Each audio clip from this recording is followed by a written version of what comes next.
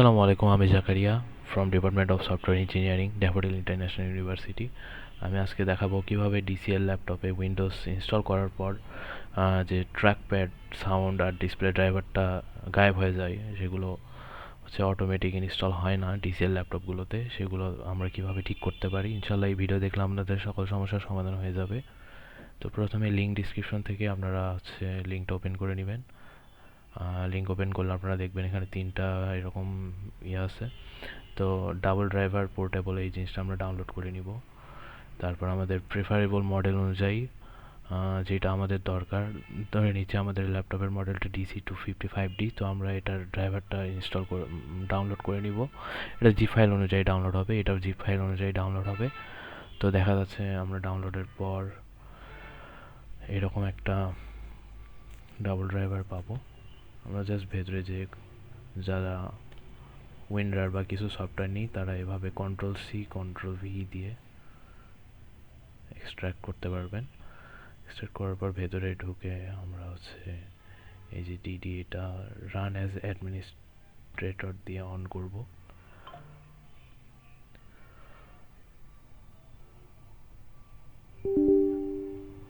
Yes করে নিচ্ছি আমরা এটা।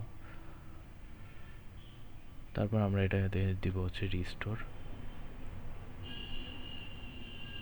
লোকেট ব্যাকআপ দিয়ে আমরা হচ্ছে যেখান থেকে জিপ ফাইলটা ডাউনলোড করে রেখেছি ড্রাইভারের, আমরা ধরে নিচ্ছি আমরা এই যে এখানে কম্প্রেসড ফাইলটা আছে, এখানে এটা ওপেন করে নিচ্ছি, ওকে দিয়ে নিচ্ছি।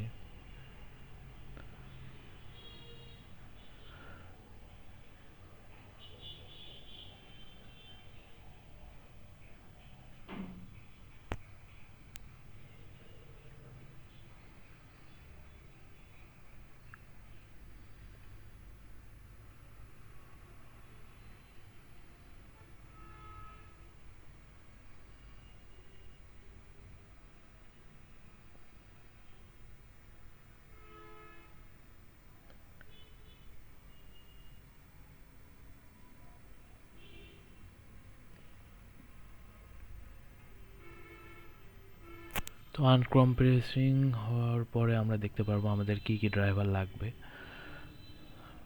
নতুন অবস্থায় আমরা হচ্ছে এগুলা সিলেক্ট অল করে নিব। সিলেক্ট অল করে নিয়ে এখানে জাস্ট রিস্টার্ট নাও দিয়ে কিছুক্ষণ ওয়েট করব। যেহেতু আমার সকল ড্রাইভার ইনস্টল করা আছে, আমি নতুন করে ইনস্টল দিতে চাচ্ছি না। তো এটা রিস্টার্ট নাও দেওয়ার পরে একটা রিস্টার্ট দিলেই আমাদের কাঙ্ক্ষিত সকল ড্রাইভার এসে যাবে, আমাদের ট্র্যাকপ্যাডটা ঠিকঠাক কাজ করবে, সাউন্ড ড্রাইভার সব ঠিকঠাক কাজ করবে ইনশাল্লাহ। Thank you so much for watching.